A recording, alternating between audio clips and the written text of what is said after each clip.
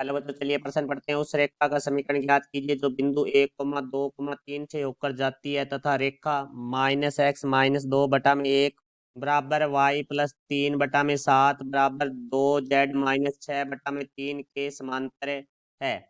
मुख्य अवधारणा। तो हमारा जो प्रश्न है वो त्रिविमीय ज्यामिति से संबंधित है। तो देखो भाई, हम सबसे पहले बात करेंगे रेखा का कार्तीय समीकरण। तो देखो भाई, जो हमारा कार्तीय समीकरण होता है वो हमारा होता है x-(x1) ए बराबर होता है y-y1 बराबर होता है हमारा z-z1 तो यहाँ से जो हमारे ए बी और सी है, जो हमारे दिक् अनुपात है, तो देखो भाई दिक् अनुपात बराबर हमारे पास है a, b, और हमारे पास जो बिंदु है रेखा का वो हमारे पास होता है यहाँ x1, y1, z1।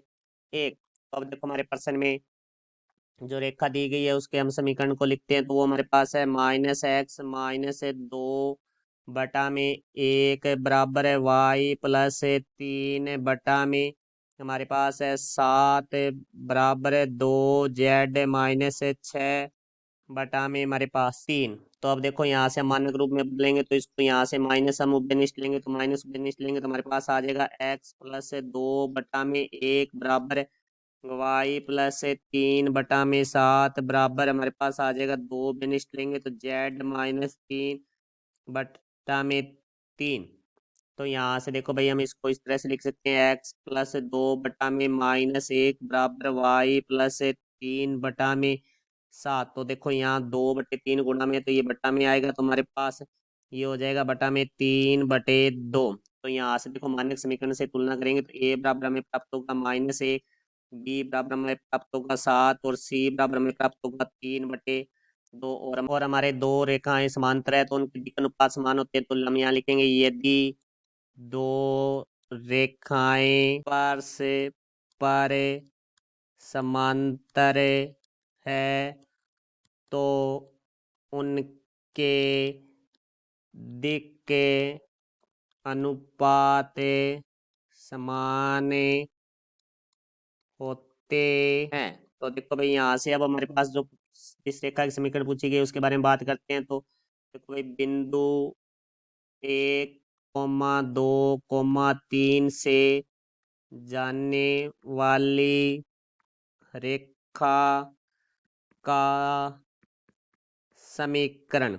तो यहाँ से देखो भाई, हमारी जो मानक समीकरण होती है वो होती है x-(x1) तो देखो यहाँ ये जो बिंदु है वो हमारे पास है x1, y1 और z1 है। तो यहाँ से हमारे पास आ जाएगा x-1 दिक् अनुपात, क्योंकि दोनों रेखाएं समांतर है तो इसको वो हमारे दूसरी रेखा के जो दिक् अनुपात है वही होंगे। तो बटा में आ जाएगा हमारे पास है -1 बराबर y-y1 की जगह हमारे पास 2/, हमारे पास बी की जगह 7 बराबर z-z1 की जगह 3/, हमारे पास है सी की जगह 3/2। तो यहाँ से देखो भाई, हमारे ऊपर नीचे हम माइनस से गुणा करेंगे तो यहाँ आ जाएगा -x+1 बराबर है y-2/7 बराबर (3/2) है। तो ये हमारा हो जाएगा 2z-3/3।